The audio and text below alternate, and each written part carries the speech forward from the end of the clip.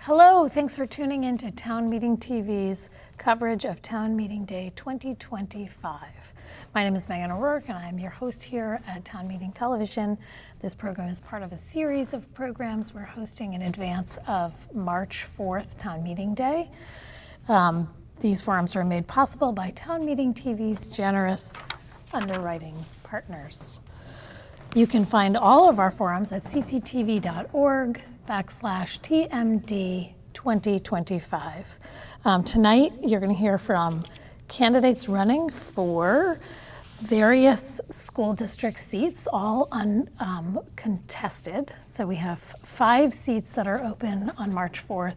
That's the East District, the South District, the North District, the Central District, and we also have Ward 1 seat. Just to let you know, Gary Golden, who had the East District seat, is now running for the Ward 1 seat, and his seat is open. And we have Matthew Price running in the East District seat.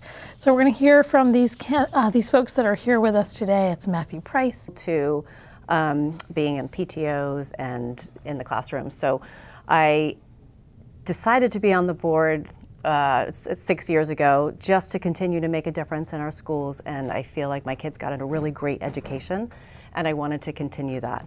I am a small business owner as well here in South Burlington, and so I feel like I can bring some of that business acumen to the board. And I have been the chair of the Finance and Facilities Committee for the past, I'm going to say 4 or 5 years. And I feel like this next couple of years is going to be super challenging and important financially. We're having some discussions at the state level about our education funding. And I feel like I'm going to bring that past knowledge. I feel very confident about knowing and having experience with our current education funding.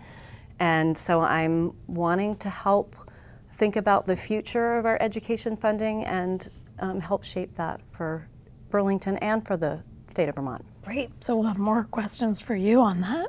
Jeff Wick, and tell us what district you're seeking re-election in. Sure. Thanks, Megan. I'm Jeff Wick. I am seeking re-election in the South District, in the South End, Wards 5 and 6. And this will be my, well, assuming that there isn't a huge write-in candidacy. Okay, that could happen. But this will be my 5th term, therefore years 9 and 10 on the school board. For the last 7 of those, I've been the vice chairman of the board.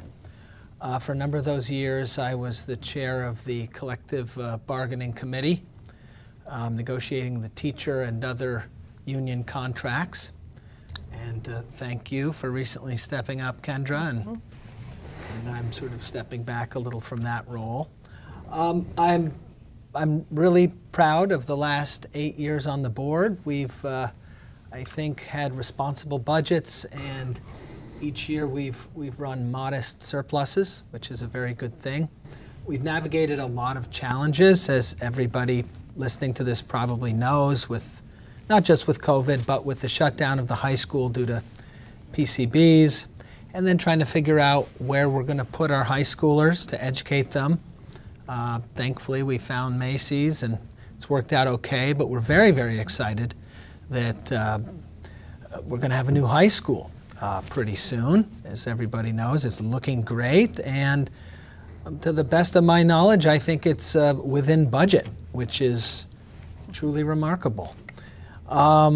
What else? One of the things I like about our school board over the last 7 years, I'll say, is I think we've taken a lot of the drama out of the school board here in Burlington, Vermont, out of the school board activities and community and all that. I think we've had a certain level of professionalism and respect, and I hope humility and empathy for all those community members, staff, teachers, students. And one of the things I'm also most proud of, which I certainly can't take credit for, is hiring Superintendent Tom Flanagan several years ago.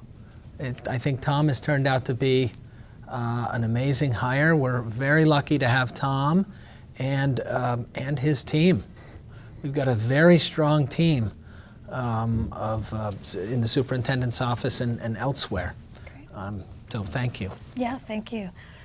Jeannie Waltz in the Central District, right? Correct. This will be also my third term. No, fourth term for, oh my gosh. Yeah, but I was elected in a special election a little bit before, so I've been on the board for a little over 6 years. My interest is, I've always been in education my entire adult life. Actually, one of my first jobs living in Burlington was working at BHS. But I've done everything from taught after school, been a para in the elementary schools. I've done a lot of alternative type programs, pilot type things at different schools through Very Special Arts Vermont, which is just known as BSA Vermont now. But I've been teaching, I'm a classroom teacher, I'm an art teacher at Rock Point School, which is a boarding school. Anyway, the interest that really drew me to the board was wanting to support alternative pathways, different ways of serving students, not necessarily one size fits all mentality. So I really enjoyed working with everybody on the board and hearing their support for things like the tech center and alternative pathways, anything from what you would consider like differential instruction. I am running again mostly because once you get invested in some of these issues, it is really hard to see them come under fire, referring very much to what Kendra's talking about, more specifically the funding mechanism around the pupil-weighted system.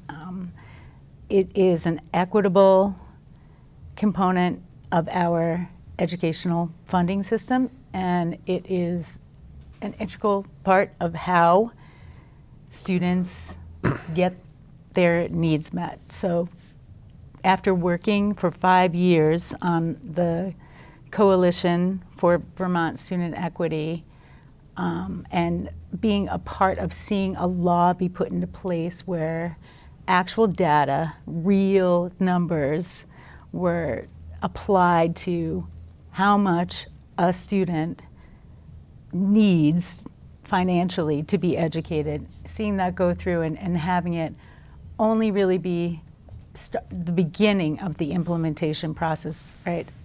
And now it's already being discussed as being something that it's vulnerable again. So of course I really am just concerned, and I'm ready to advocate for that to stay in place and hopefully even look better. Okay, great. We'll talk about that a little bit more. Matthew Price, you're running for the East District. And just because I think we didn't talk about it, but for those folks at home, we have 3 cameras here, and there's a red light on the camera. So if our folks here want to know which camera we're looking at, it's the red light. And if you're watching at home and you want to call 802-862-3966. Introduce us, and why are you running for the school board? Yeah, hi, my name is Matthew Price. I am a resident of Ward 1. I'm running for the East District Commissioner. I am a clinical psychologist and professor at the University of Vermont, where I oversee our doctoral program in clinical psychology. And my background is really in working with individuals who've been through traumatic events and helping those folks manage through and get through those difficult stressors. And seeing that the number of stressors that our students in the Burlington Public School District are having to deal with due to many things that are happening in the world, I feel like it's really important to be involved in that process and figuring out how we can best support those students. I myself am the product of public schools, going from elementary school through my doctorate at public institutions, and so I'm excited at the opportunity to give back and be a part of the public school system. I'm also the product, both in terms of my education, but also my mother was an elementary school teacher, and I remember the processes of helping her set up that classroom in August every year, and taking it down in June at the end of every year. And so just excited to be involved in knowing, supporting the teachers and the staff that make our school system wonderful, and having grown up in an environment where I see both sides, how that helps the students and helps the children who are being educated, and also the challenges that many of our educators are facing. And so I'm excited to have a chance to be involved in helping move our school system forward. Great, thank you all. We do have a list of questions, and I think the top question on most voters' mind has to do with the school budget. $135 million proposed school budget, which is a decrease by about 10 million, is that right? From last year's budget. And it looks like it's going to be a property tax rate reduction. So it seems like for voters, it may be like, well, that makes sense. Let's vote for it. But tell us a little bit about why. Can I safe to assume everybody here supports this budget? You worked on this budget, you support this budget. So tell us a little bit about what stands out for you, and we will kind of go around on this. What stands out for you, starting with you, Jeff, about what you support in this budget and why you really want folks to come out for it? Sure, absolutely.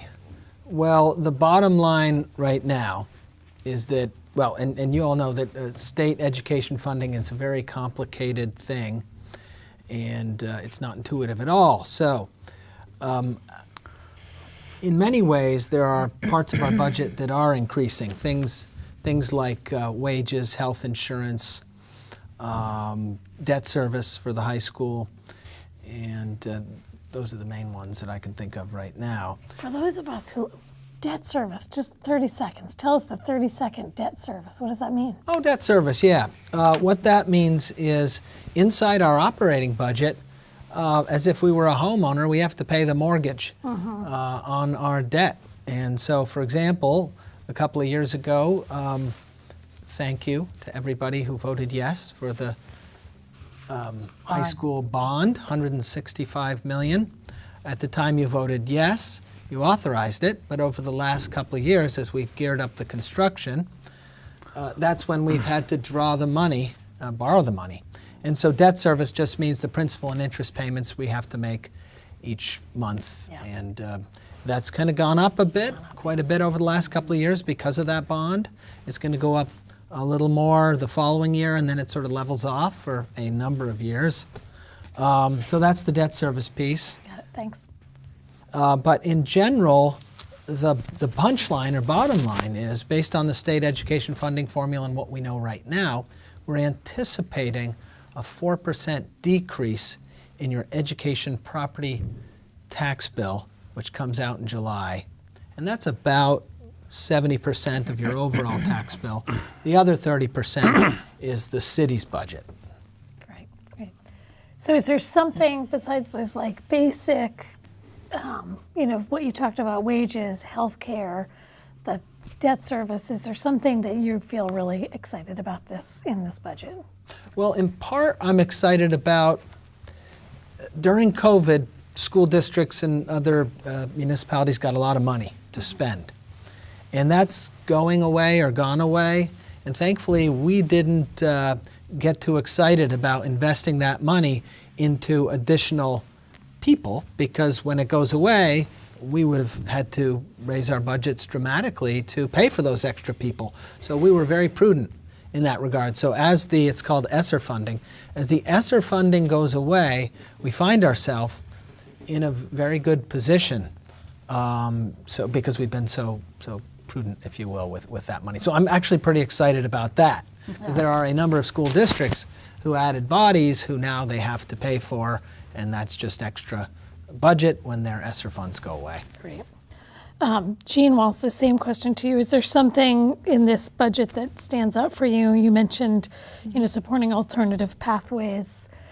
Is there something in this budget that you feel is supported in what you bring to the body? Well, I first want to kind of comment a little bit on what Jeff said, in that the approach has always been very, I would say, sustainable. So the idea of putting programs or people in place that would not be financially sustainable is basically what Jeff's talking about. And I implicitly trust our financial director, the conscientious decisions beyond, actually running the math, doing the numbers. Like it's not just one person. It's a huge team effort. But yeah, there's more than just prudent financial decisions being made. It's very thoughtful and mindful about, what's the long-term goal and working towards that. Speaking of prudent, though, one thing that I really do like about the budget is socking away some money for repairs, for keeping our buildings safe and healthy and not falling apart.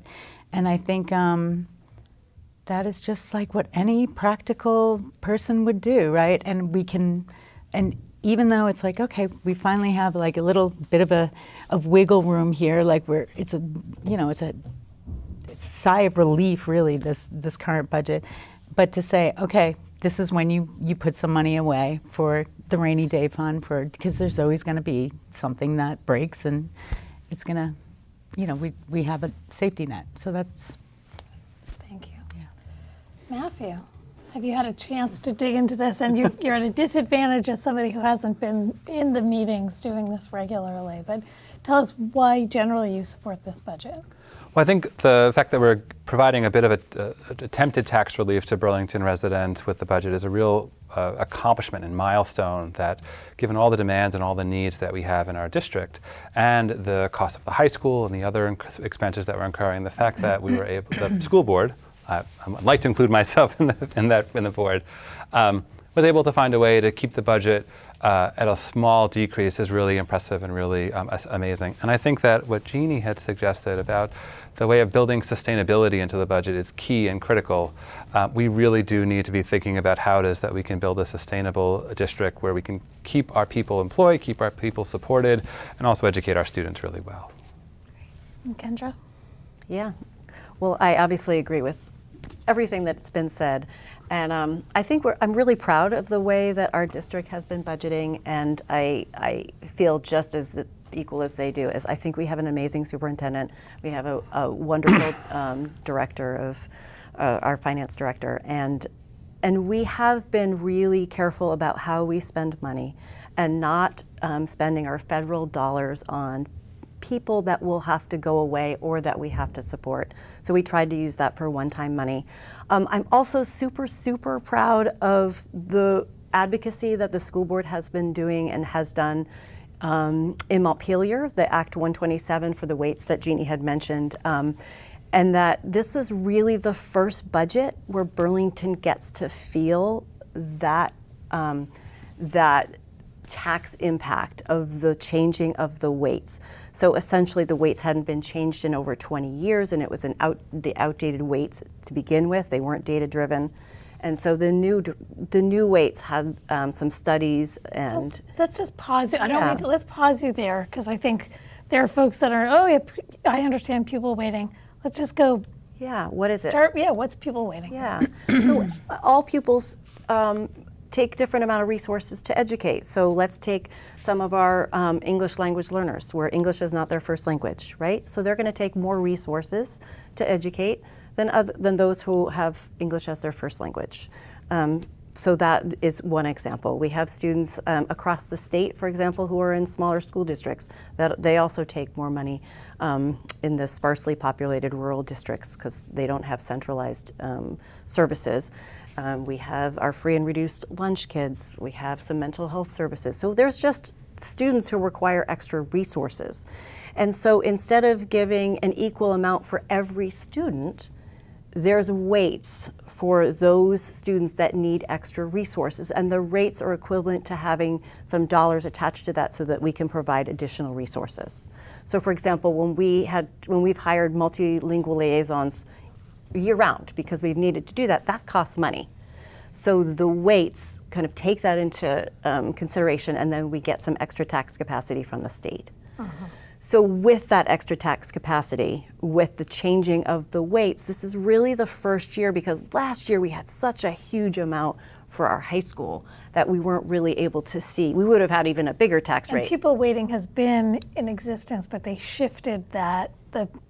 They changed those weights. They changed the variable. Yeah, they changed the amount of the weights. And this is year 2 for that. That's right. And so that was really exciting to see how that change affected our taxes. And it really, and we promised the taxpayers last year, we really asked a big ask for the high school, and it was necessary that we would do what we could to be diligent. And so I'm excited to present this budget to the people.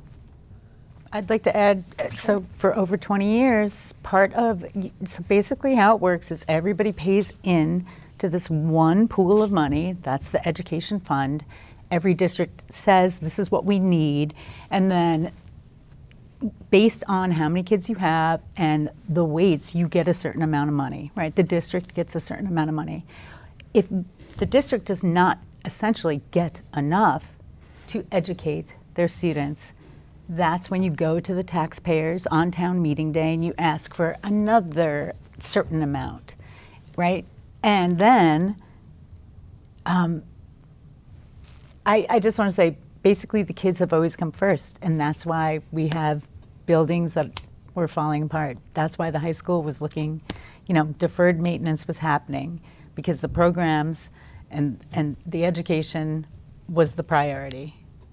Instead of the capital. For over 20 years. Yeah. Which gets into this question of strategic priorities, but given the conversation, I want to come back to the strategic priorities, and there's a list of them that the school district's current strategic plan identifies. But I think what's going on with the Trump administration is pretty top of mind for a lot of folks, and I think it has some potential direct effects on our students. Threatens to, specifically threatening to reduce any federal funds for any transgender students that are supported in sports, transgender students that are in sports, DEI efforts, literally ending immigration and the impact that is going to have on our school districts to see decreases in population potentially. So I'm wondering how this is bubbling up in the conversations at the school board, and what's the message that you want to give to voters and the public around this, that you're thinking about this? And I think, do we start with you? Yes, Jean, as we go around in circles. Sure. Yeah. Well, in preparation of the election, November election, or the possibility of a new administration, procedures were looked at and, I would say, firmed up around protecting and making explicitly clear how we were going to support our queer kids, and also kids that are immigrants. I think, and recently there was a whole nother slew, another round of resources kind of called around how would somebody, a staff person in any school, take responsibility or not take responsibility for an ICE agent, I don't know what they're called, officer, coming to the school with any kind of inquiry. Like if they, it was made very clear, there is not a warrant signed by the judge. It's very scary, and it's really uncertain, and things keep changing. And so I feel like we all need to continue to keep our hand on the pulse and to really think about how some of the federal actions, the closing of potentially the Agency of Education and what that would do for federal funds, and our budget for Title I funds coming to support our most needy children, that's scary. We have been clear in Burlington about our values, though. We are really clear in everything, and it runs through our strategic plan. We're very clear on our diversity, equity, and inclusion policies. We have a wonderful person, Sparks, who's head of that. And I think that we really work hard in our school districts, and our community embraces diversity and an inclusive classroom. And so I think that is really embedded in almost everything that we do here. And it's one of the reasons I actually really love being in this community and in Burlington schools. Thanks. And Jeff, any thoughts to share? Not a lot more to add, just in full support. Yeah. I mean, I think there is a question of how the conversation at the national level affects the conversation and affects that conversation around values. So it'll be interesting to see how you all maintain the conversation with each other at the school board, right? Maintaining, just being able to have those values front and center. I think quelling the fear is real and it's warranted. Having a plan and having a script. There's literally a one-pager type script for anybody, any staff member, as a resource. Also, connections to resources outside of the school communities as well. I mean, there's plenty going on in Burlington and in Vermont. But the idea of this is how the school district is going to show up for me, advocate for me, and this is what is in their power to protect me. It is written down, and I think it needs to be just communicated more to the public that there is a system in place. Thanks. I would like to add, like, I feel like the communication from our district has been really great, and our superintendent has been really, he's really on it about communicating as he can about that policy, about things when the federal funds were being stopped. Like, I think that the open, transparent communication with our school members, with our families, community members, I think that's what we're going to continue to do, because that's what we can do as well, is be open and honest. Here's the information we're getting. Here's how it might affect our students or our budget or teachers, because we're all in this together. Yeah, great. I do want to point out that sometimes it's not a policy, it's a procedure.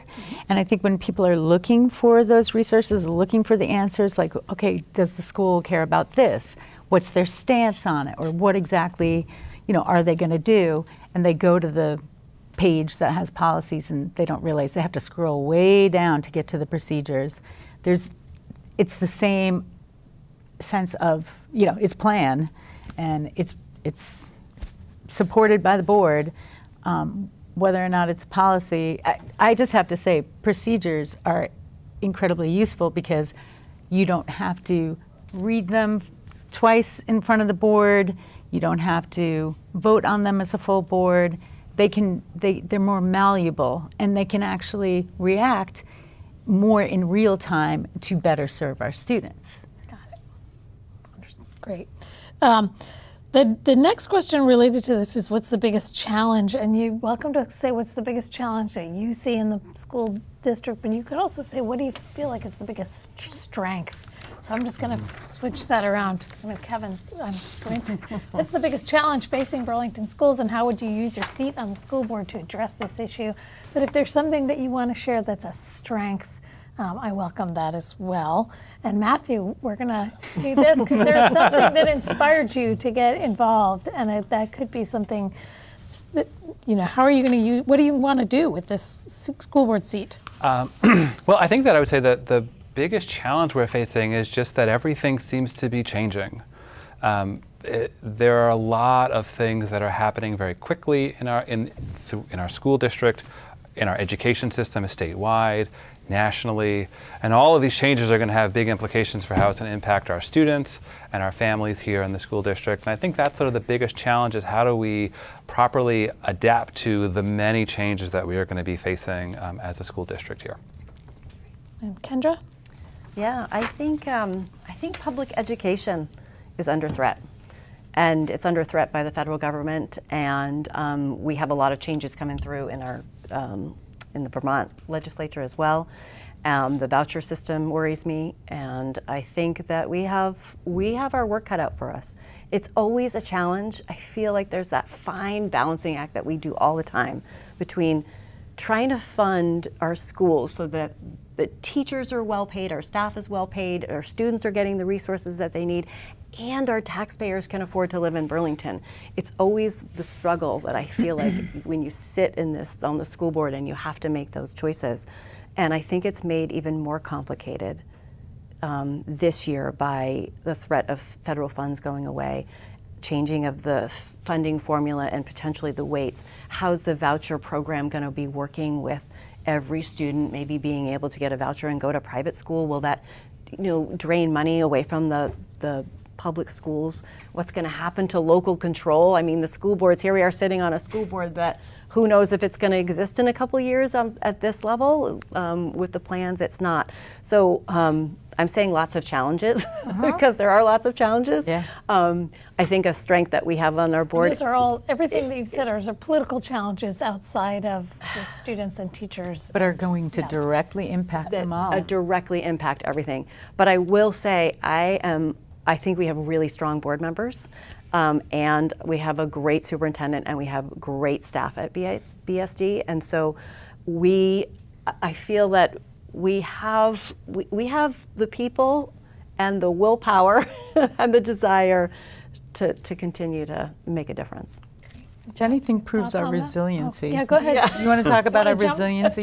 You talked about that already. I'd like to talk about what's on my mind Yeah. in terms of a challenge. Yeah.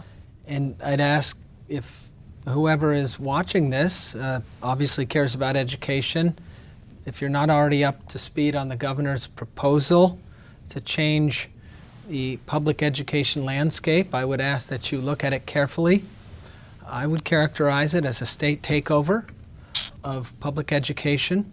It essentially eliminates every school board in the state, moves the control up to 5 regional districts, moves the State Board of Ed over into the Agency of Education.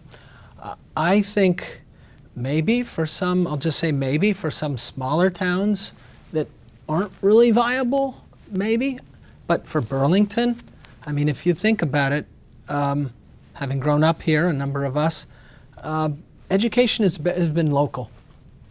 And it's not clear to me that the governor's proposal is an appropriate response, especially to, let's say, I'll just talk about the Burlington School District. I, as a parent, wouldn't want some faceless bureaucrat or some sort of 5-member school board representing 1/5 of the entire state of Vermont making important decisions about which facilities to upgrade, teachers and support staff, psychologists. I think education does need to, at least in Burlington, stay in our district. Yeah, so talk about that just a little bit. These 5 districts, this is a proposal that the governor put forth. It's kind of a massive kind of consolidation on the sort of bureaucratic level, if you can call it that. But where would Burlington sit in relationship? Who would Burlington be in relationship to? Do you know? Well, we'd be part of a district whose name escapes me, but we're lumped in with our neighbors. And the neighbors would be? All the way up to the Up to Canadian St. border. Albans? So Franklin and Chittenden County, generally speaking, subject to anybody actually having the governor's proposal in front of them and saying, no, that's not exactly right. But generally speaking, it's all of our neighbors, I think, Essex, Chittenden South. So what you're characterizing is the education in St. Albans the same? Are those the same needs as the education in Burlington? And how would you have a conversation between St. Albans and Burlington? And the responsiveness between the school board, the superintendent, and community members, parents, others with a stake in the system. I think you're going to lose that. And I don't think that's consistent with Vermont's values. And I don't think it's an appropriate response to a good instinct. The instinct on the governor's part was, hey, look, education funding's getting so expensive, we got to do something. And I don't think the legislators had any solution whatsoever. So the governor came up with something, and I think that leaves the legislators. I think the legislator did put forth a plan, but I can't. But you, Well, again, if you're at home, you can look. Yeah, through. you can correct any of my facts. But it's my impression Yeah. that the governor did come up with something, Yeah. and there was nothing to rebut it, Yeah, nothing so substantial. now we have something to respond. So now we're in a position of saying, oh, okay, well, we don't really have anything to rebut. My rebuttal is, at least speaking for my district, I don't think it's a very good idea to take away local control, and I think we've been prudent with our spending. So your biggest challenge is also a political one, and you're going to be using your seat to advocate for a different kind of plan. Well, again, on my seat, I like to have this board be no drama, stick to its knitting, but the larger picture is I don't think it's a prudent idea. Great. Jean, did we start with you on this question? I think, no, we didn't. Go ahead. Oh, Thanks. Yeah. I'm still trying to wrap my head around it, and there's a part of me that wonders if it's such a drastic sort of model.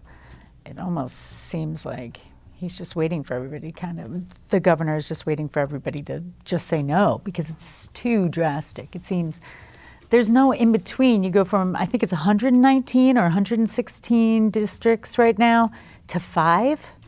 And the one that Burlington would be in, I think it's around 34,000 Students? Yeah. compared to, I think the lowest one is around 15,000.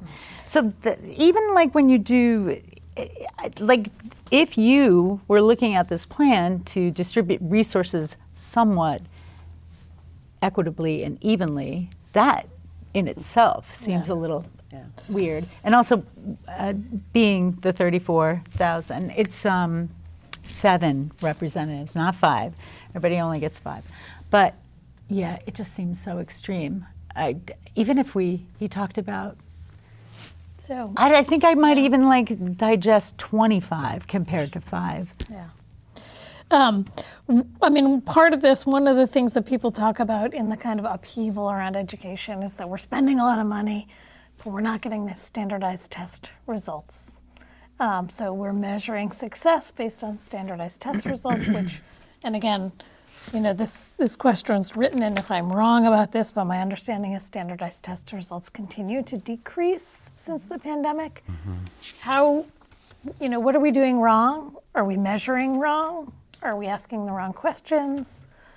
Are we, spending too much money and not getting what we need?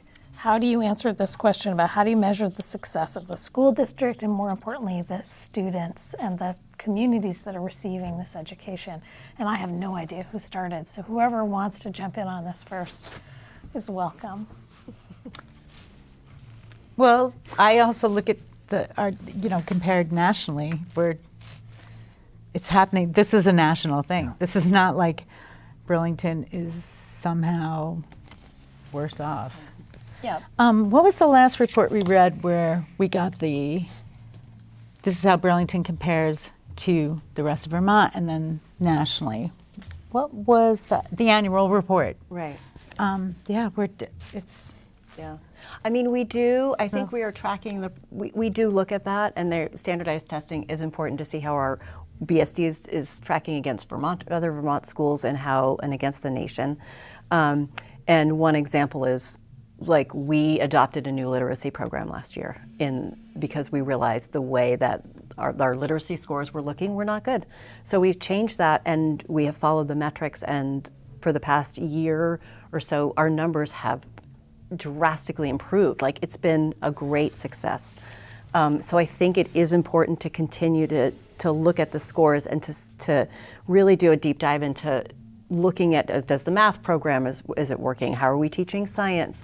I think those are the deeper dives we need to do.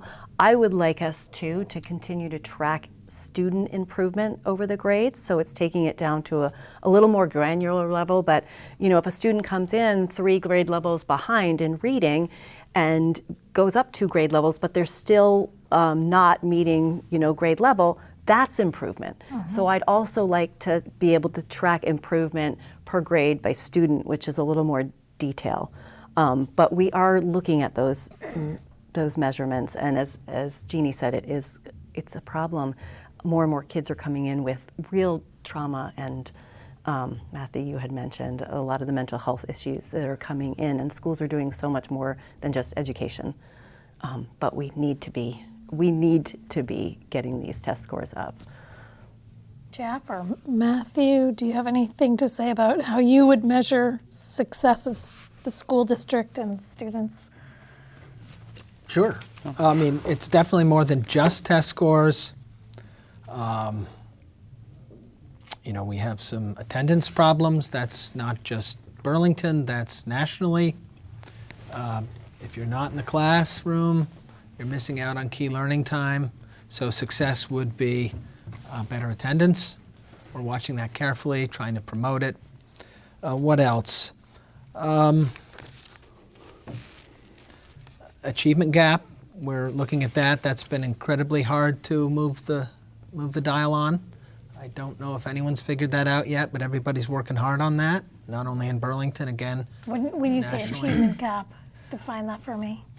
Achievement gap would be, you could define it in a number of different ways, but one could have to do with race differences, the other could be socioeconomic, and it just tends to be that, kids from higher socioeconomic status tend to perform better.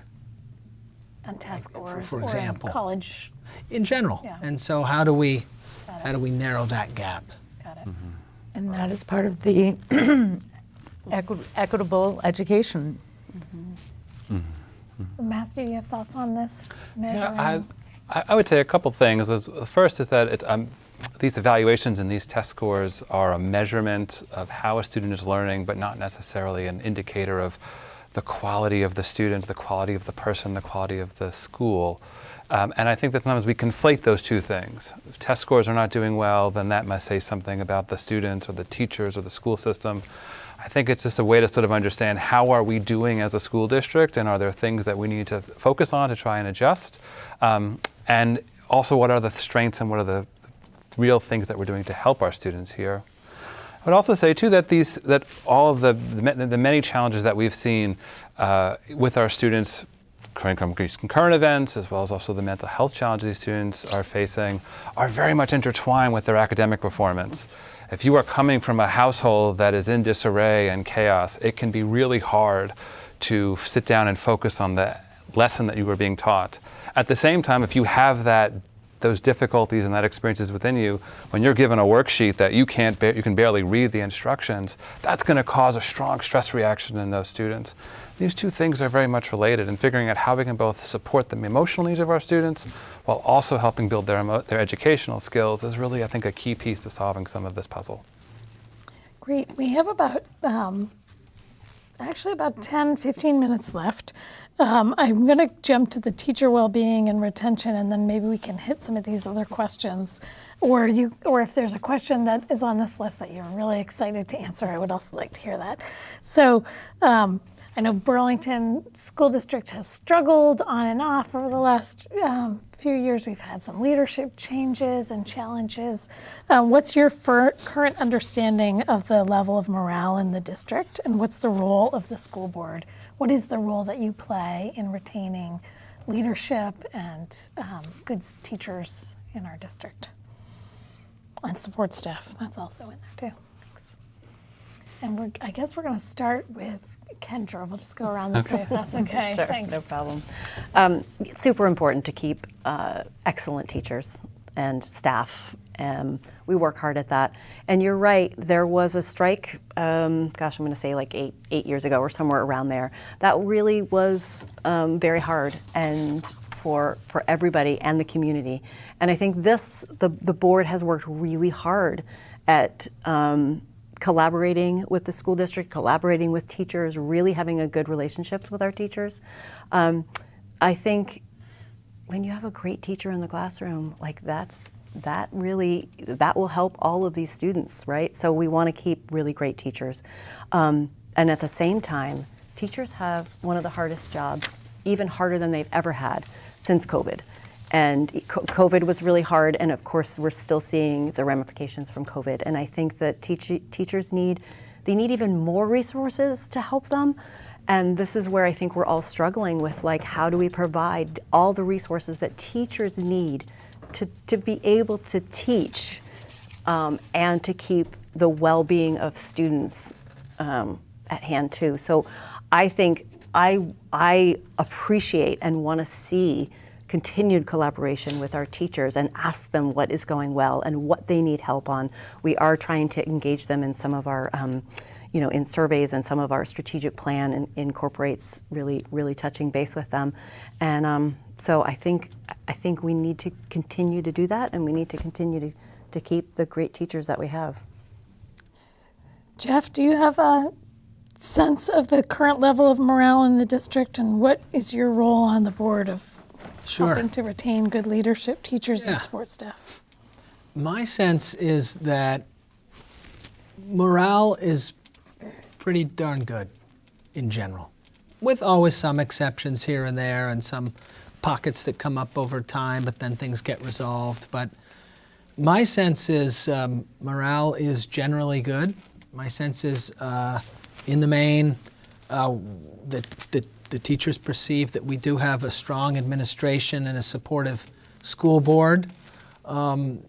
And my own role has been on the board as the chair of the negotiations and bargaining committee, where we're bargaining their contracts, that we actually prioritize paying teachers well. Teachers should be paid competitive salary and benefits.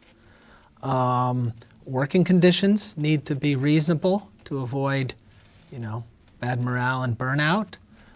We do need, and I think we have this to some degree or another, and it's come and gone a bit, obviously, but strong school leadership, principles that the teachers respect and trust and are happy working with. But in general, yeah, it's all those things. Big fan of supporting teachers and paying them as well as we can afford to as a community. Thanks, Jean. I think it would be not nice to say, oh yeah, morale's great, but then, obviously there's going to be people out there that are not feeling that. So I don't want to necessarily say that. Personally, though, I've not gotten emails and phone calls probably for about 2 years now, like I used to. So there are not people contacting me because they are upset at the workplace in the district. So that's a fact, and that's good. I know that the district has worked on creating personal development or professional development opportunities, structured stuff where there's a continuum of information, for a series, kind of like a workshop series, but it's over the course of the school year. I think that there's been an effort to have meaningful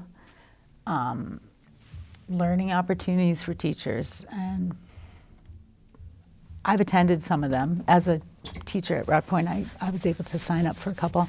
They were great. I mean, we had like buddies that we checked in with about like putting things into practice in our classrooms. I know that the district is definitely trying to make these learning opportunities genuine.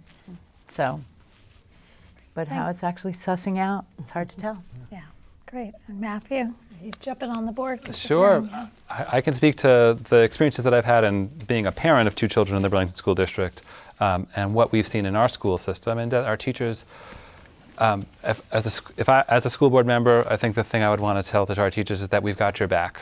And seeing the challenges that our teachers are facing in the classroom each day of just having to deal with students and having to deal with the many varied positions that teachers are asked to hold, just knowing that the school board is supportive of them, cares for them, is looking out for them. And again, as I mentioned at the beginning of our conversation, being the child of a school teacher, seeing how helpful it is to have an upper administration that is going to be supportive of the choices you're making in the classroom, the way you're handling with your students, just makes all the difference. So that's what I hope to be on the school board.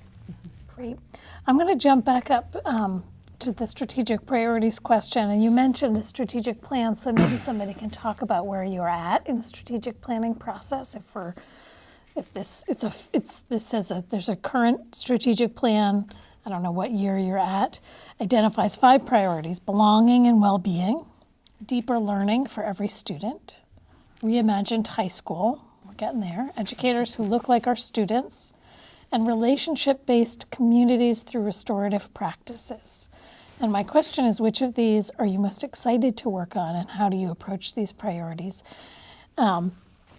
from your position on the school board? And I'm just wondering if you talk about it a little bit to help people understand those strategic priorities. And are we in the middle of this plan, or where are we at in this plan? And I think Jeff will start with you. With me? I think we will, because I think Sure. we're trying to rotate the go around. Absolutely. Yeah. And I'd ask my colleagues to correct me if I have anything wrong. But I think we're in year 3 of a 5-year strategic plan.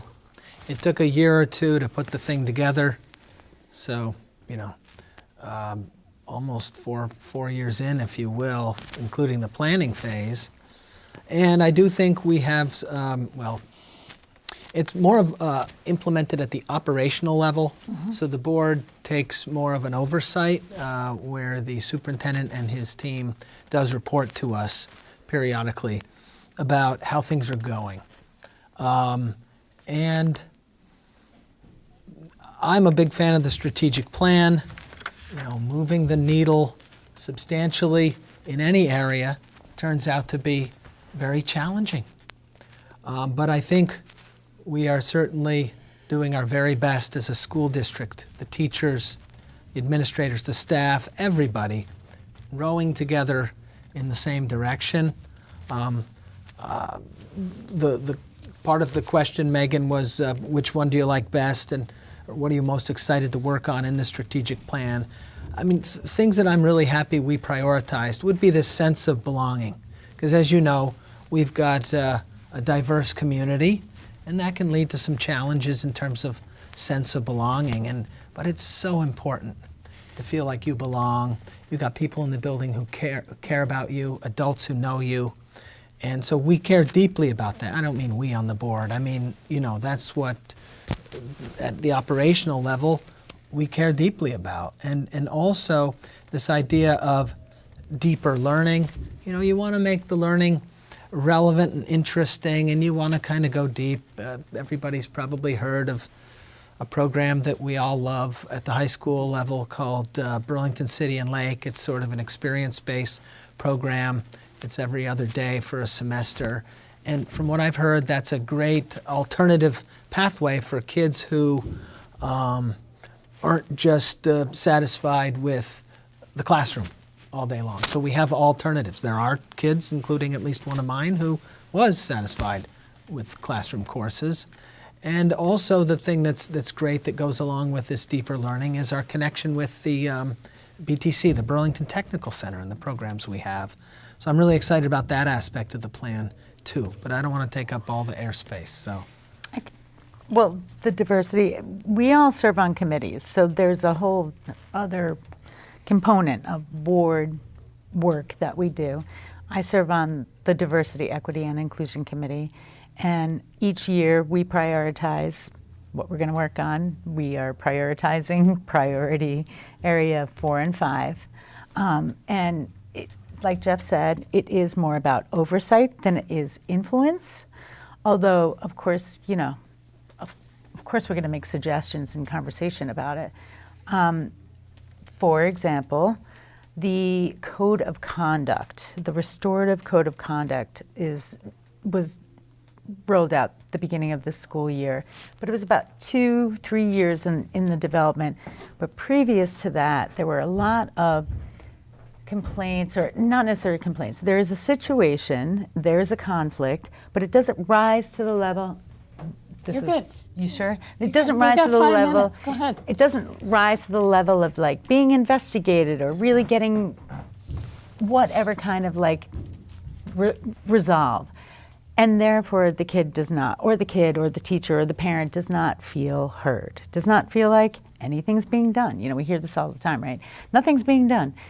The code of conduct, one of the main things that I really like about it is it addresses how to resolve persistent like microaggressions. Also, teachers or staff, adults in our school communities are held to the same expectations as the students, which feels really, the distribution of power, in my opinion, is a good thing.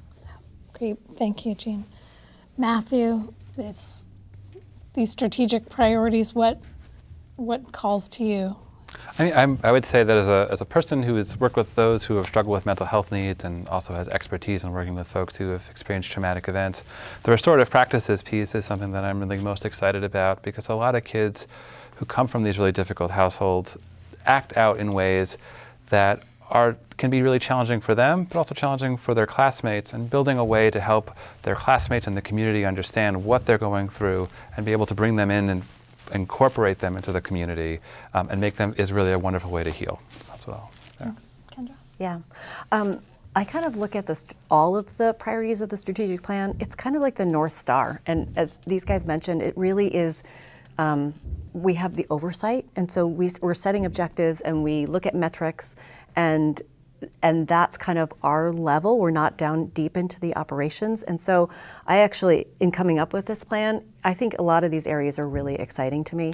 And some of the metrics, things like taking care of, looking at the achievement gap and trying to increase proficiency in math and in reading, but also in closing the achievement gap between those who are on free and reduced lunch in math and reading.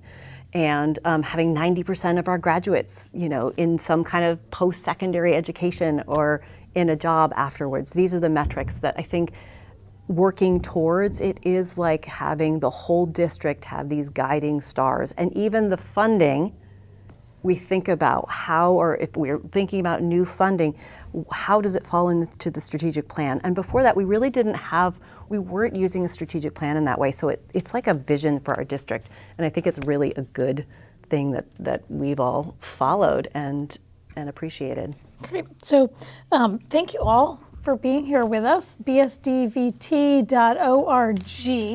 to find not only the strategic plan, but also link to the school commissioners and your emails. So as Jean says, she's got room in her email inbox to hear from you. Did we talk about the ballot language? We could read the ballot. We have done a Say it. budget presentation with the superintendent. Oh, great, Did come okay. in and did a Sounds good. presentation on the budget. Yes. Yeah, and there's so much more Yeah. to talk about. There's so much more to talk about. Thank you all for being here tonight, and thank you all for tuning in. Again, if you want to watch this or other programs, cctv.org/TMD2025. You can also watch us on youtube.com/townmeetingtv. That's where you can watch all of the forums and tune in on election night to hear how the vote went on the budget. And there are a couple of contested elections in the city council race in Burlington. That is March 4th. Your ballots should be in the mail today or soon. So check in if you haven't seen a ballot in the mail, or show up at the polls on March 4th and vote 7 to 7. Thanks for watching.